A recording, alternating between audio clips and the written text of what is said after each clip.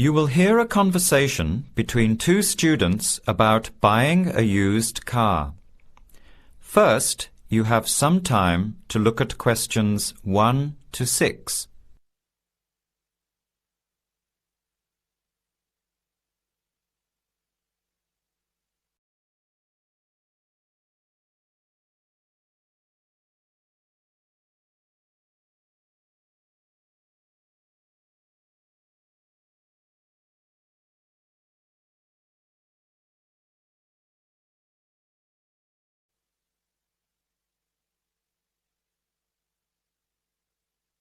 Now, let's begin. Answer the questions as you listen. You will not hear the recording a second time. Listen carefully to the conversation and answer questions 1 to 6.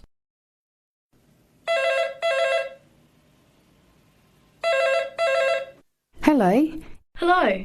Can I speak to Eleanor, please? This is Eleanor speaking. Hi. My name is Jan.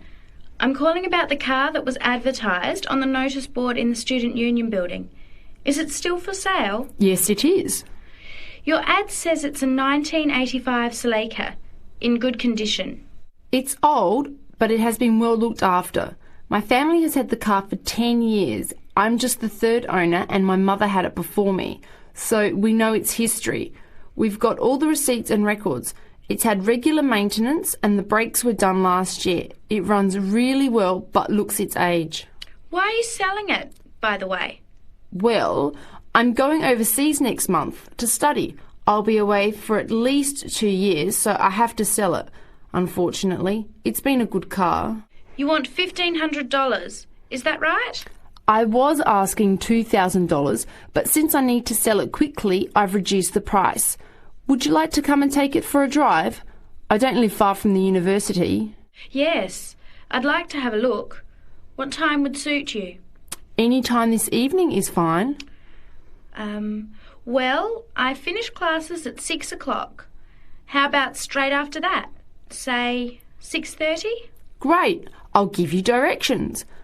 When you leave the main gate of the university, turn left on South Road and keep going until you get to the Grand Cinema. Take the first right, that's Princess Street. I'm at number 88 on the right.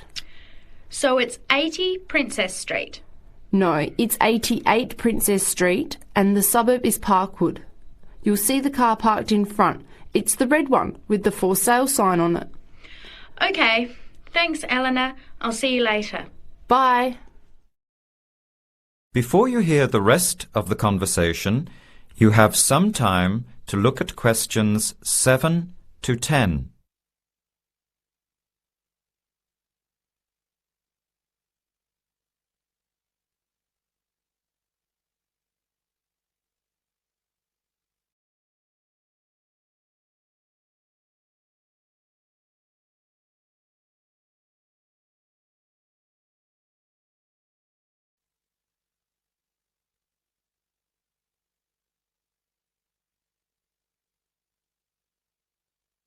Later that day, at the university, Jan meets up with her friend Sam and tells him about the car.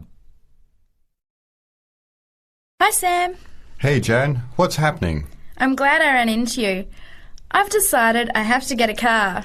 You're going to buy a car? Do you really need one? I'd probably still be driving, except that my car broke down last year. Instead of getting another one, I just moved closer to the university and went back to riding a bike. Better for the environment, better for my health, and I save a lot of money. Did it really cost that much? Well, when you think of registration, insurance, rising petrol costs, parking plus maintenance and repairs, it adds up. I know it's going to be expensive, but I really need my own transportation. It takes half an hour by bus each way to university as it is. But now I'm working at night in the city. There's no way I want to hang around waiting for a bus late at night, then walk 3 blocks home alone. Hey, I think you've got a point there. So what kind of car are you looking at? It's an 85 Celica, same kind as I used to have. The owner's asking $1,500. That's pretty old. How many kilometres has it done? You know, I forgot to ask. I'll have to check tonight when I go to see it. Would you be able to come with me to have a look? At about 6:30? Sure, I'll come, but I don't know a lot about cars. I do know one thing, though. I wouldn't buy an old car without having a mechanic look at it first. That's a good idea. But won't it cost a lot? Not really. You can get a check done through the Automobile Association for $80, and it comes with a report on the condition of the car. It can save you a lot of money in the long run. I'll keep that in mind. So we have to get to Parkwood at 6:30. Do you want to take the bus? It goes straight down South Road every 15 minutes. Or maybe we could walk. I don't think it's that far. Actually, I could borrow my roommate's motorbike for an hour or so. He's working all evening in the library. Do you think he'd mind? No way. He owes me a favour or two. Okay, great. See you at 6, outside the student centre. That is the end of part 1. You now have half a minute to check your answers.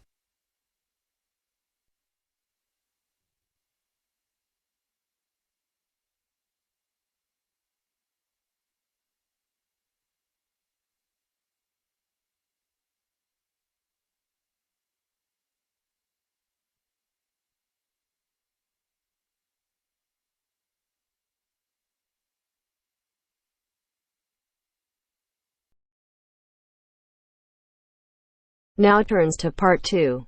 Part 2. A discussion between a college receptionist, Denise, and a student named VJ about learning a language. In the first part of the discussion, they are talking about the course VJ will study. First, you have some time to look at questions 11 to 17.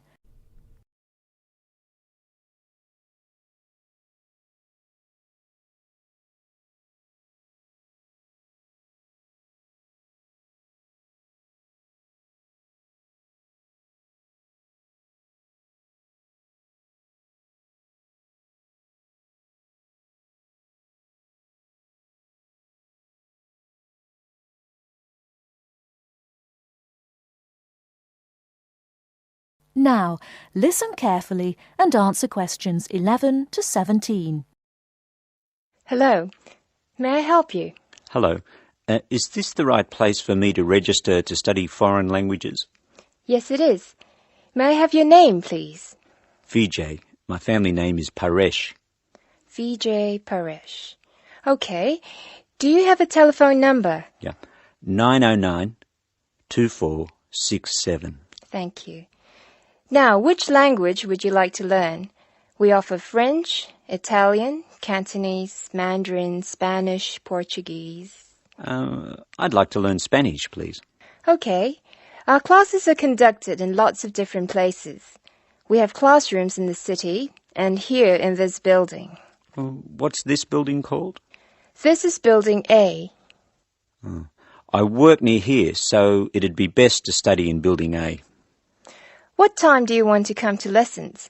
They go on for 3 hours and they start at 10 a.m., 4 p.m. and 6 p.m. I wish I could come to the daytime lessons, but I can't. So 6 p.m, please. That's our most popular time, of course. Have you ever studied Spanish before? No, I haven't. We describe our classes by level and number. Your class is called Elementary 1. Okay. When will classes start? Elementary 1 begins, just a minute. It begins on August 10. Great. Now what else do I have to do? Before you hear the rest of the talk, you have some time to look at questions 18 to 20.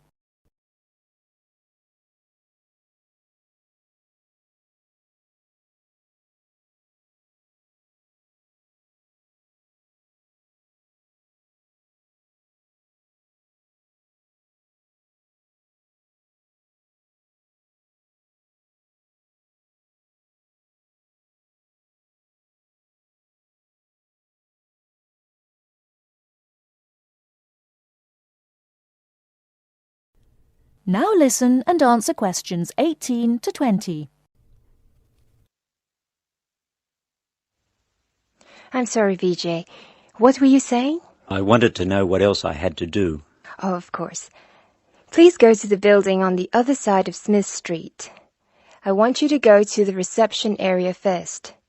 It's just inside the door on the left as you enter from Smith Street. Give them this form. Okay. Do I pay my fees there? No, but the fees office is in the same building. Go past the escalators and you'll see a games shop. It's in the corner. The fees office is between the games shop and the toilets. Thanks. Where can I buy books? The bookshop is opposite the lifts. It's right next to the entrance from Robert Street. Your offices are spread out. Not as badly as they used to be. By the way, we offer very competitive overseas travel rates to our students. Oh, I'd like to look into that. Of course. The travel agency is at the Smith Street end of the building, in the corner next to the insurance office. Thank you very much. Bye. That is the end of part 2. You now have half a minute to check your answers.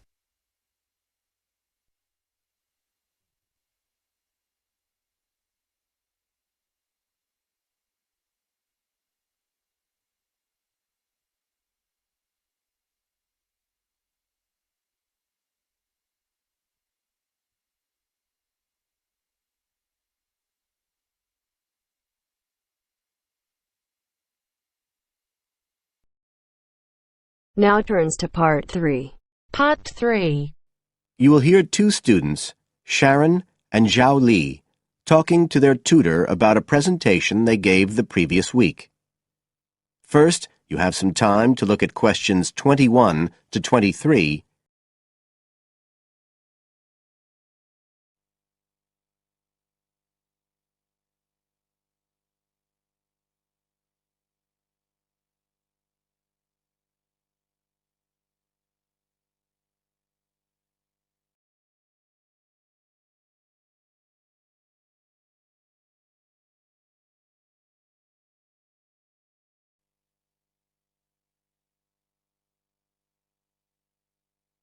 Now listen carefully and answer questions 21 to 23.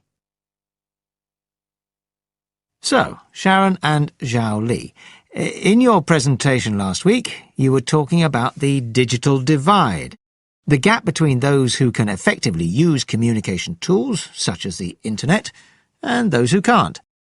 And you compared the situation here in Northern Ireland with southeast China. Right. So, I asked you to do some self-evaluation, watching the video of your presentation and thinking about the 3 main criteria you're assessed by: content, structure and technique. What do you think was the strongest feature of the presentation when you watched it? Sharon? Well, I was surprised actually, because I felt quite nervous. But when I watched the video, it didn't show as much as I expected. So which of the criteria would that come under? Confidence? That's not actually one of the criteria as such. Zhao Li? Technique? It's body language and eye contact, isn't it? Well, I didn't think I looked all that confident, but I think that our technique was generally good, like the way we designed and used the PowerPoint slides.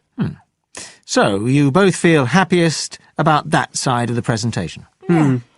OK, now on the negative side, what would you change if you could do it again? Well, at first I'd thought that the introduction was going to be the problem, but actually I think that was OK. We defined our terms and identified key issues. It was more towards the end. The conclusion wasn't too bad, but the problem was the questions. We hadn't really expected there'd be any, so we hadn't thought about them that much. OK, anything else? Well, like Zhao Li says, I thought the conclusion was OK, but when I watched this on the video, I thought the section on solutions seemed rather weak. Can you think why? Well, we explained what people are doing about the digital divide in China and Northern Ireland, but I suppose we didn't really evaluate any of the projects or ideas. It was just a list. and that was what people were asking us about at the end mostly. You now have some time to look at questions 24 to 30.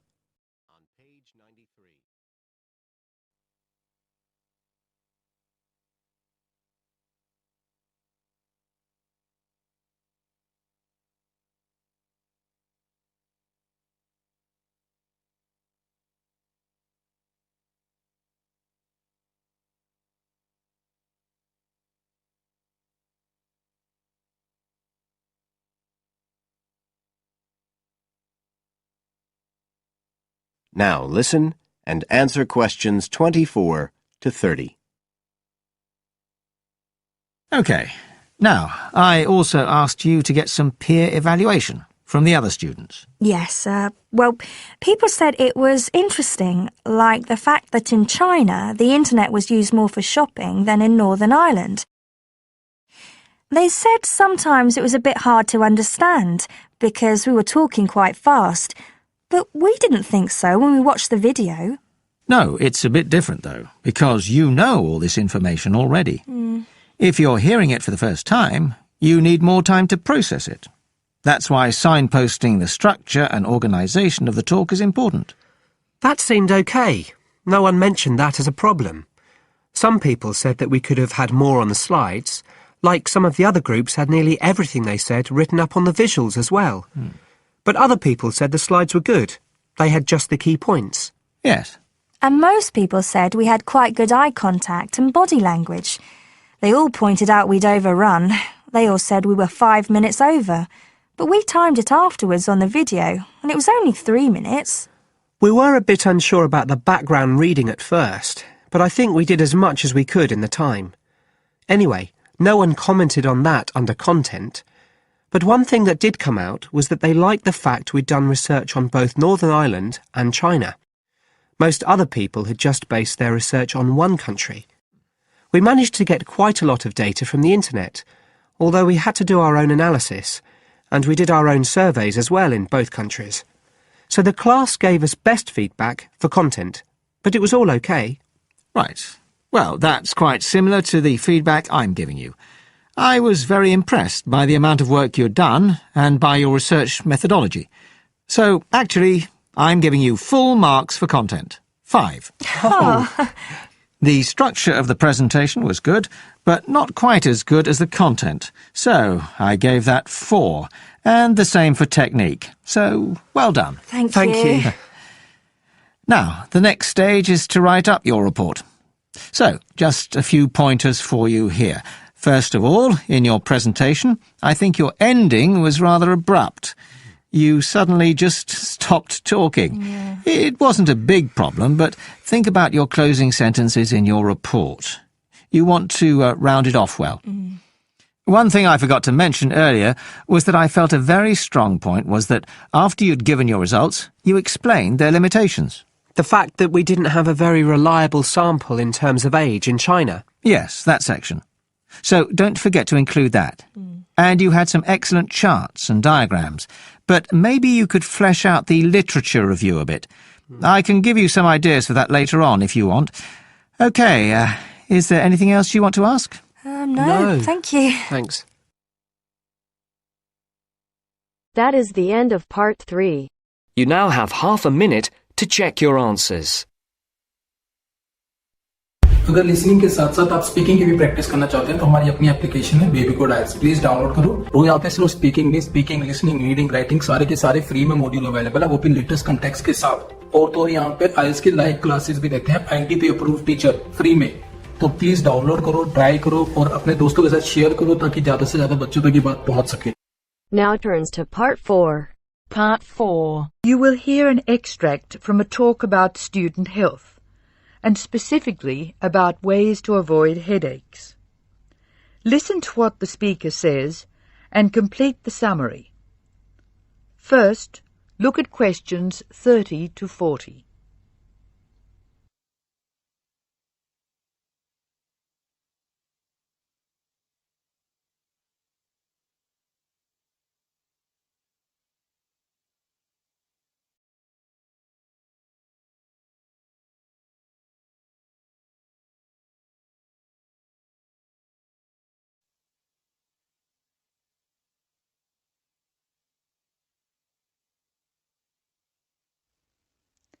As you listen to the talk, answer questions 30 to 40. Hello. Welcome to the Student Orientation Programme. Today's session is on health issues, and this talk is about headaches and how to avoid them. It may surprise you to hear that headaches are often caused by hunger. In fact, one study suggested that 70% of headaches are related to hunger, which makes it the principal cause. The advice is simple. Eat 3 meals a day and try to keep to a fairly regular schedule of meals. People associate noise with headaches, and for most of us, excessive noise creates the conditions for a headache. Very loud noise is unpleasant, and people usually remove themselves from it. Having said that, younger people tend to tolerate noise better than their elders, so I may be leaving noisy places far earlier than you. Just remember that exposure to too much noise may predispose you to a headache. Of course, we all associate headaches with studying. In fact, the headache probably doesn't come from the studying so much as from being tense. When we study hard, we often hunch over our work. Try raising your shoulders and tensing them, and now relax. Can you feel how much more comfortable a relaxed stance is? Another thing, it's very important to check that you are working in a good light. It will not actually hurt your eyes to work in a bad light, but it will make you tired very quickly, and is very likely to give you a headache. What's more, if you have the book flat on a desk in front of you, it will be harder to read, and you'll have to hold your head at an odd angle. It is wise to have a book rest, which raises the material you are reading 45 degrees to the desk. This will help reduce your chance of a headache. Try to relax before bed so that you will be relaxed when you try to sleep. A soak in a hot bath may be helpful. It's also important to really sleep when you go to bed. A good mattress is a wise investment for people who want to avoid headaches. This talk seems to keep coming back to tension. Tension may cause you to chew too forcefully, clench your jaw or grind your teeth, and this in turn may lead to headaches.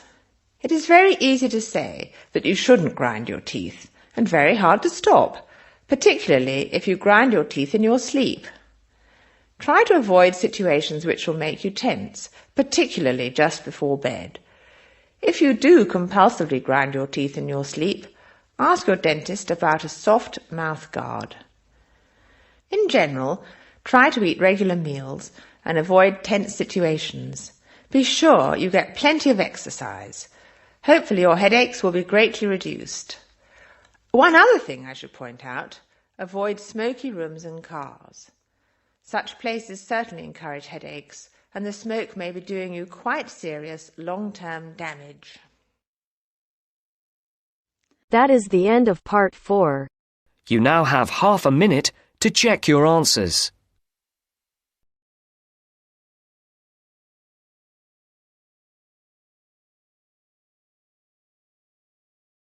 अगर listening के साथ साथ आप speaking की भी practice करना चाहते हैं तो हमारी अपनी एप्लीकेशन है बेबी कोड आइल्स। और अगर आप चाहते हो कि टीचर आपको आपके बैंड स्कोर बताए, आपकी मिस्टेक बताए और कैसे आप 5 बैंड से 7 बैंड इंप्रूव कर सकते हो, प्लीज डाउनलोड करो।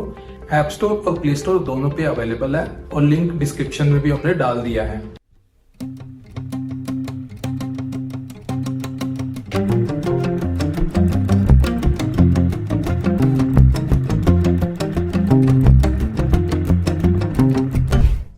अभी तक बेबी कोड डाउनलोड नहीं की? यहाँ पे लाखों बच्चे फ्री में आइल्स क्लियर कर रहे हैं with the help of baby code isles. तो link in the description, try करो।